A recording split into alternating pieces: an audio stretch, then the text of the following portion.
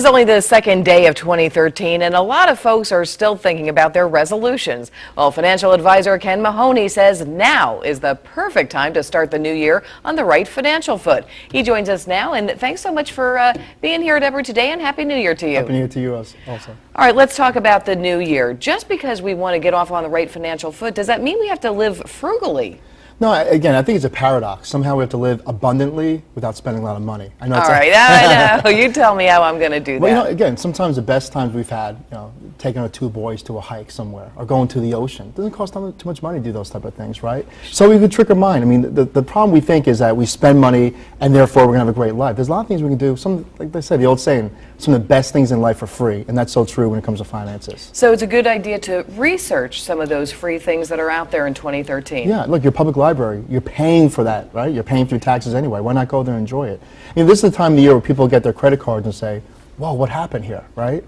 And instead of using those credit cards, maybe go to the ATM machine, take out cash, know you have a finite money to work with, so when you go on that shopping spree, you're kind of stuck with that money that you took out. So live within your budget? Live within your budget. The problem with the credit cards, it's like funny money, right? It's like monopoly money. Absolutely. I mean, after you get done, and you look at it and say, what the heck happened here? But when you go to the ATM machine and take out cash, the money feels very real, doesn't it? Those 20s and 50s. And when you start paying the cashier, it feels very real. I think that keeps you in a better budget for this year. What about those credit cards? I mean, I know a lot of people get themselves into trouble, but just talk to me about the importance of paying down that and how much you can potentially be paying in fees. Yeah, I try to stick it, most of our investors we work with, we try to tell them to use the American Express card, or those type of cards where at the end of the month it comes in the statement, you have to pay that bill. So it forces you to stay in there, so you don't have a balance that keeps creeping up on you with those revolving credit cards. So stick with American Express, or those type of cards that at the end of the month you have to deal with. And also, for the new year, we were talking yesterday about some of our resolutions, but to get more educated, what do you tell people about what they should be doing to learn more? Because a lot of people didn't take courses necessarily in finances. Right, there's so many resources that are out there on the net. I mean, again, we do a lot on our work.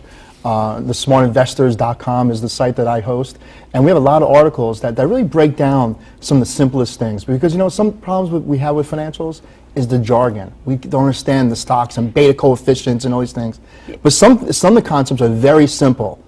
Staying within your own means, like you mentioned earlier, Amia.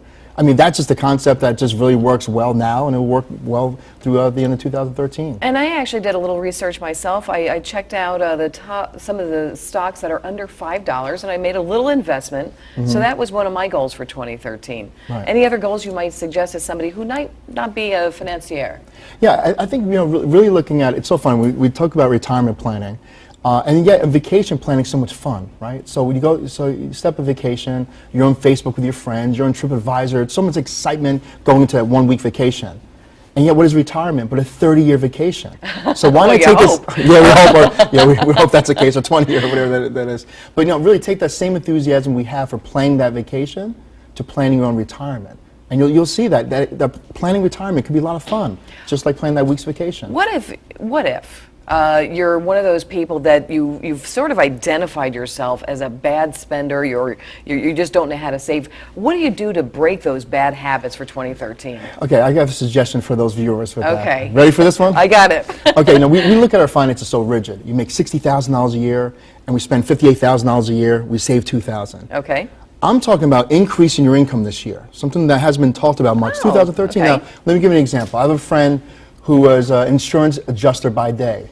Okay, but he loves scuba diving. Next thing you know, he teaches scuba lessons on weekends and the evenings. He takes a bunch of group of people and they go to shipwrecks. So it's something he loves to do. Yeah, last year he made $30,000 extra. $30,000. All of them went towards savings. Now this is important because it's scuba diving. What's his number? There you go. There you go. Maybe you can teach scuba after you learn. And look, there's people that want to be newscasters, just like what you're doing. Well, I don't want to know them because they'll take my job. But those students, may pay you a tuition for that. So, there's a way to look at your increasing savings, not always by being miserly and cutting expenses and not living abundantly.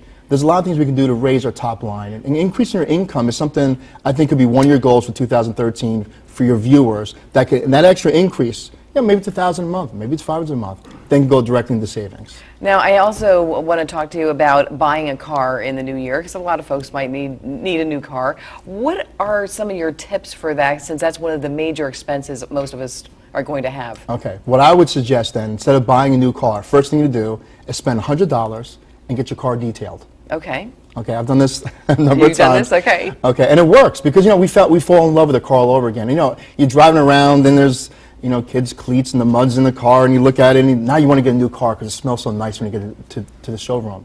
But before taking that step and getting a new car, take $100, get the car detailed inside and outside. I bet you 9 times out of 10 you're going to walk away and say, I don't feel like getting a new car now. I'm going to love my new detailed car that I have. Well, that's a great tip, too. I just got a new car. I wish I had talked to you a little earlier.